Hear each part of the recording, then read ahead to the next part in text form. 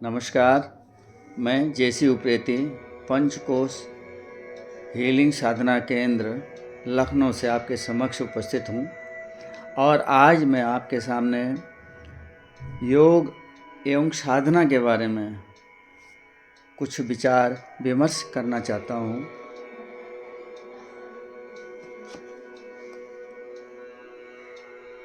आइए सबसे पहले हम सुखासन में बैठते हुए ईश्वर से प्रार्थना करेंगे। ओम की चैंटिंग करते हुए ओम की चैंटिंग करें। गहरी सांस लें।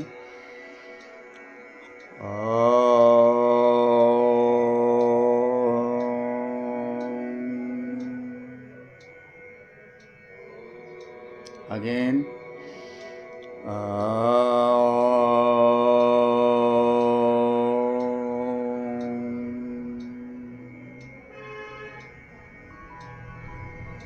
once more.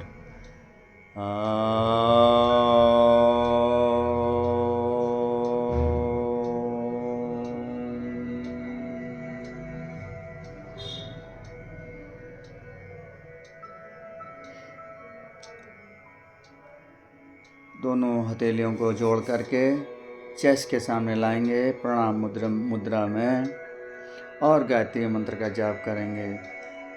ओम भूर्भुवः स्वः तत्सवितुर्वरेण्यं भर्गो देवस्य धीमहि धियो यो नः प्रचोदयात्। ओम शांति शांति शांति। ओम संगच्छध्वं समदध्वं संगो मनानांसि जानतां देवा भागं यथा पूर्वे संजनानां उपासते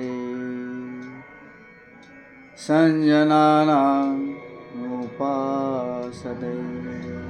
ओम शांति शांति शांति। अपने हथेलियों को रगड़ेंगे और अपने पलकों पर कोमल स्पर्श करेंगे। पुनः रगड़ें, ऊर्जा महसूस करें हाथों में, पूरे चेहरे पर और धीरे से आँख खोलेंगे। पूरे शरीर में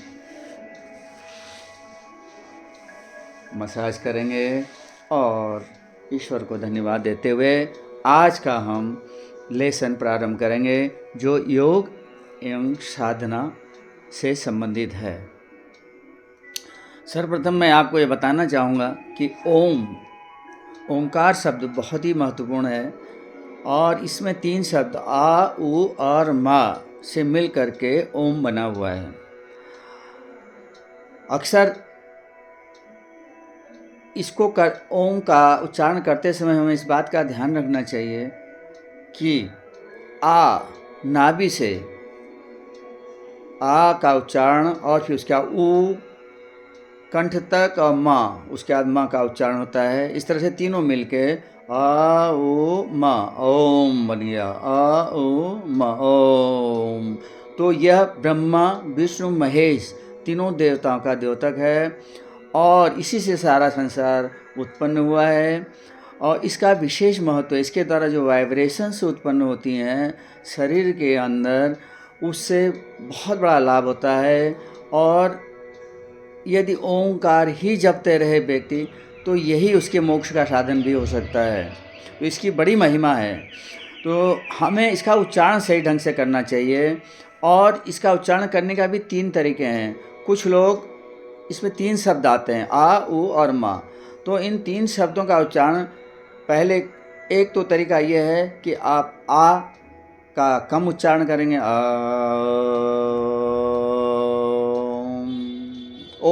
ओ की मात्रा बढ़ गई। और एक तो ये प्रोसीजर है। दूसरा क्या है कि हम आ को देर तक करें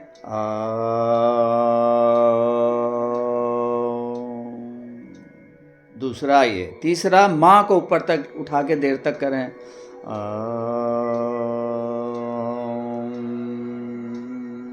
तीनों ही अपने स्थान पर सही हैं, लेकिन इसको तीनों का मिश्रण करके हमारे अंदर जो वाइब्रेशंस उत्पन्न होती हैं वह हमारे इस पूरे शरीर के लिए बहुत ही महत्वपूर्ण है और साधना के मार्ग में इसका विशेष अपना महत्व है।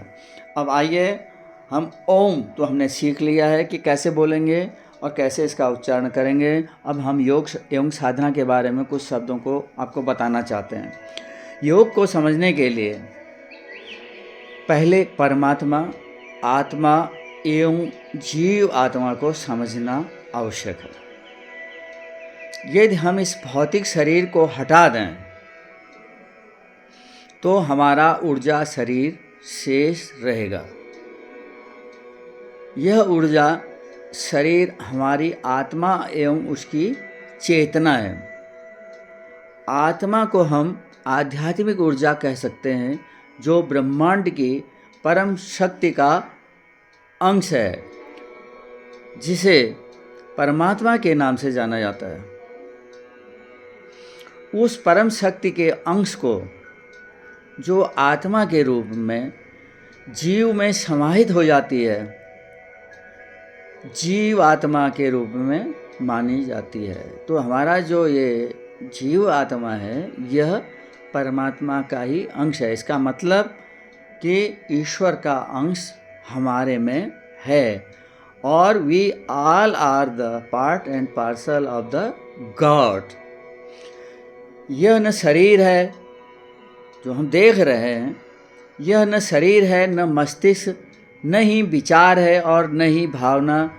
ये क्या है? यह एक आत्मा है जो अविनाशी है। तो हमारे अंदर जो जीवात्मा बैठी हुई है वो क्या है?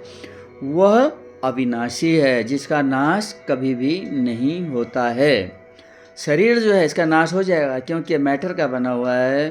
तो भौतिक शरीर जो होता है, भौतिक पदार्थों का गुण होता है कि वह समय और परिस्थिति के अनुसार अपना आकार और अपना स्वरूप बदल देते हैं।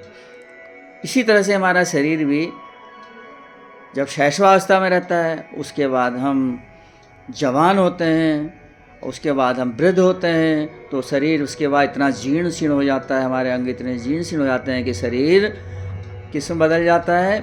इसकी मृत्यु में यह समाप्त हो जाता है, क्योंकि यह समाप्त होकर के पंच तत्वों में विलीन हो जाता है। तो यह मैटर है, तो यह मैटर का गुण है। तो हमारे अंदर जो परमानेंट रहने वाली चीज़ क्या है? आत्मा। मैं क्या हूँ? आत्मा है। हम अपनी शरीर को मान बैठते हैं मैं, और भ्रम में पड़े रहते हैं सारी ज़िंदगी। तो इसको समझने का प्रयास करना और आत्मज्ञान प्राप्त कर उस परम पिता परमेश्वर का सानिध्य करना, जो परमात्मा है, को ही योग कहा जा सकता है। क्या है योग?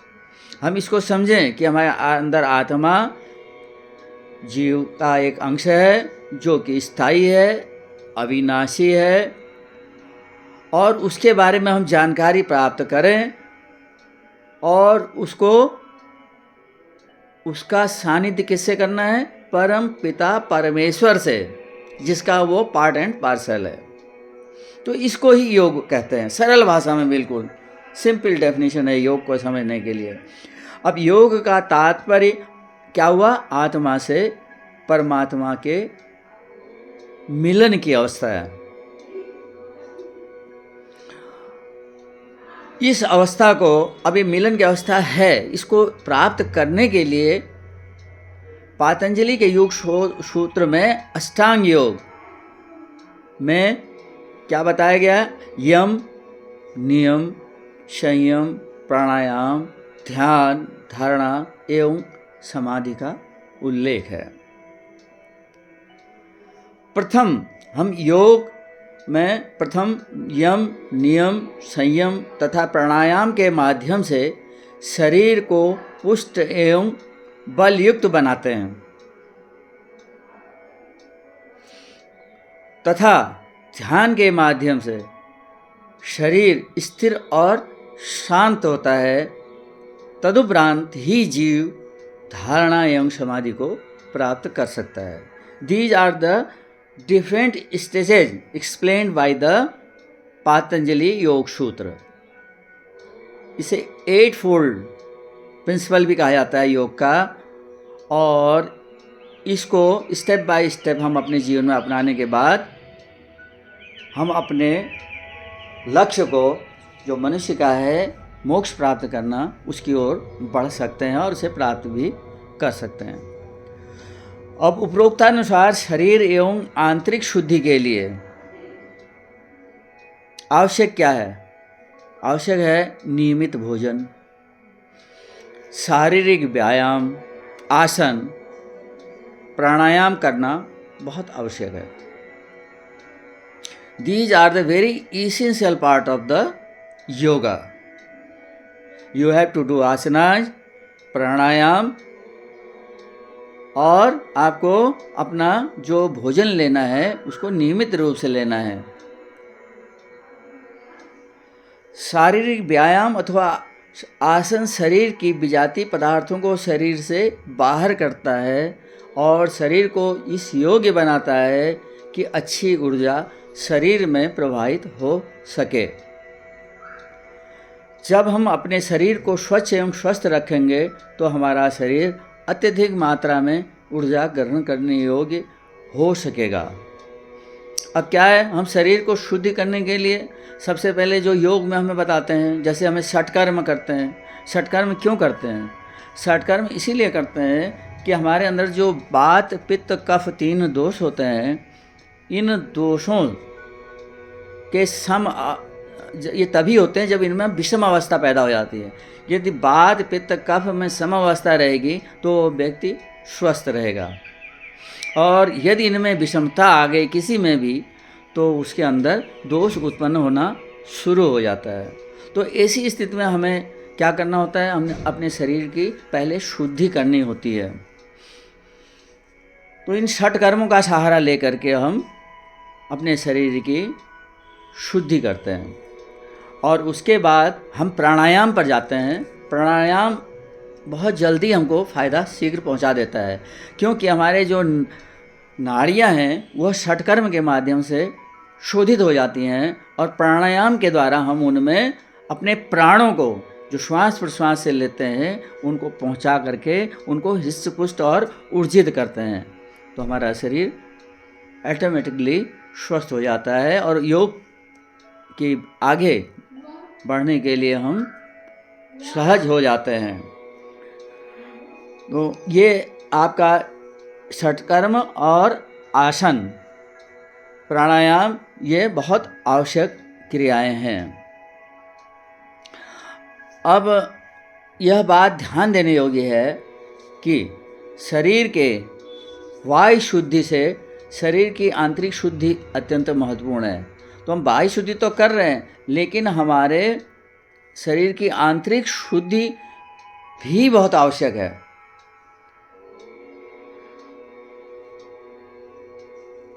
क्या सोचते हैं हम और क्या अनुभव करते हैं, क्या कहते हैं, इस पर हमें ध्यान देना होगा।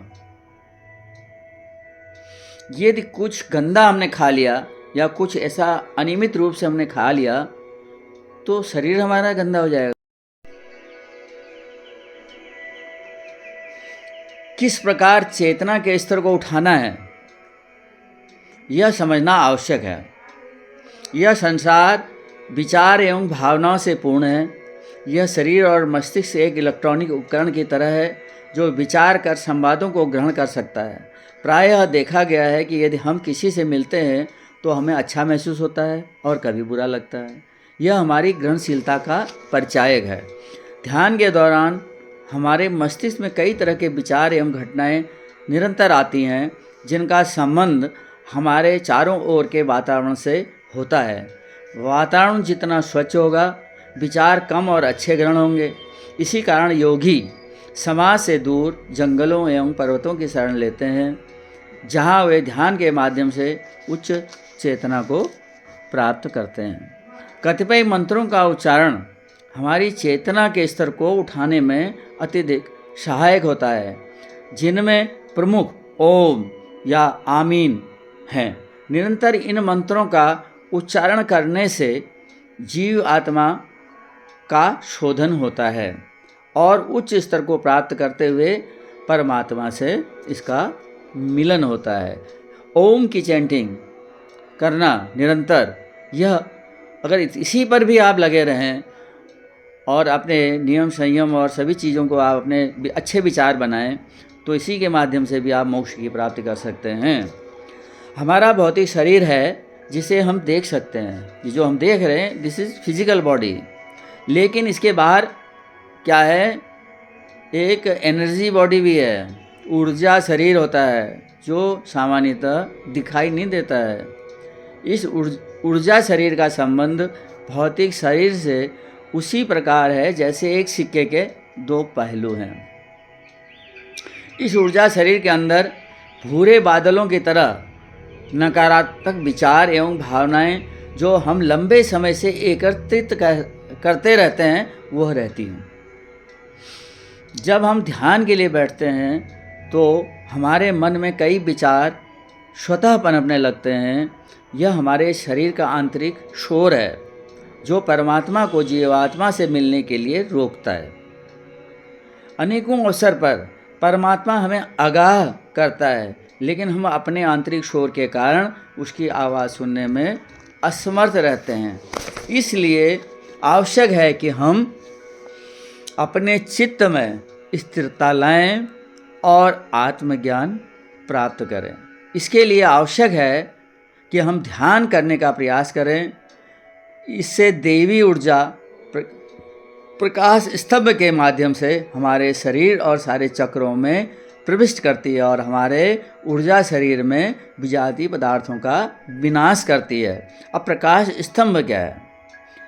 हम हमेशा उस ईश्वर से, परम पिता परमात्मा से और इस यूनिवर्स से जुड़े हुए हैं। यहाँ पर हमारा स्पिरिचुअल कार्ड होता है जो हमें दिखाई नहीं देता है, लेकिन we are connected with the universe and we are connected with the god all the time.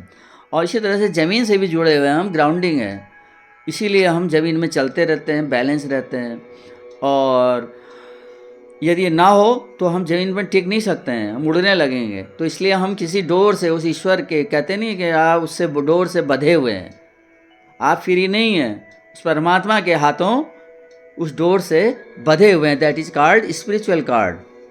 अब ध्यान के नियमित प्रयास से हमारा चित्त स्थिर होता को प्राप्त करता है और जीवात्मा को परमात्मा से मिलने में सहायक होता है। हमें दैवी शक्ति का अपने में उपस्थित का एहसास होता है। अब श्वास प्रश्वास लेते समय जो श्वास एवं प्रश्वास के बीच की रिक्ति होती है, इसी को स्थिरता कहा जाता है। स्थिरता क्या है? स्थिरता क्या है? जो आप श्वास ले रहे हैं और जो श्वास छोड़ रहे हैं, इनहेल एंड एक्सहेल, तो इसके बीच में जो गैप है, the interval is known as स्थिरता, स्टेबिलिटी। मंत्र उच्चारण करने पर दो उच्चारणों के बीच पर ध्यान केंद्रित करना स्थिरता है। ध्यान के दौरान अथवा मंत्रोच्चारण के दौरान इस बात पर विशेष ध्यान देना चाहिए। ध्यान लंबे समय तक एकीकृत एवं एक बिंदु पर होना चाहिए। अब देखिए, आपको मैं इसको समझाता हूँ। जैसे ओम बोला आपने, तो आपने ओम का उदाहरण लिया,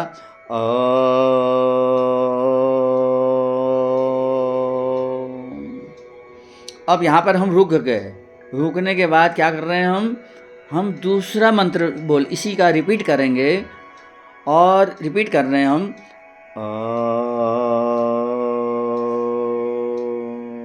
ये इन दोनों ओम के बीच का जो गैप है ये हमारे स्थिरता लाता है। इसको समझना पड़ेगा। हमने श्वास इनहेल किया, अंदर गई, सांस रुकी और बाहर आई, सांस थोड़ी देर रुकी। ये दो इंटरवल हो गए हमारे। तो इनको स्थायित्व को लाना, इसको बढ़ाना, इसको हम क्या करते हैं, अंतर कुंभक और बाह्य कुंभक के माध्यम से इसको बढ़ाने का प्रयास करते हैं। बाद में जब हम साधना के क्षेत्र में धीरे धीरे बढ़ते जाते हैं तो केवल कुंभक लगने लगता है। जब इसमें एक्सपर्ट हो जाते हैं तो हम अपने अंदर स्थिरता ले आते हैं और ध्यान धारणा की आगे की स्थितियों को समझने लगते हैं और उनमें जाने लगते हैं। तो साधना के दौरान ये आवश्यक है कि ध्यान अथवा एक बिंदु पर लंबे समय तक एकाग्रता और तन्मयता एवं चैतन्यता में संतुलन अवश्य होना चाहिए। ये मैंने आपको आज योग और साधना के बारे में अपने विचारों को व्यक्त किया है और अगले लेसन्स में अन्य जो हमारे विद्वानों ने योग की परिभाषा बताई है और योग के बारे में चर्चा की है, हमारे वैदिक ग्रंथों में, उपनिषदों में, उसका व्याख्यान अलग से मैं करूँगा। इसके साथ ही मैं आप सबको धन्यवाद देता हूँ। यदि आपको यह मेरा ज्ञान सही लगे तो आप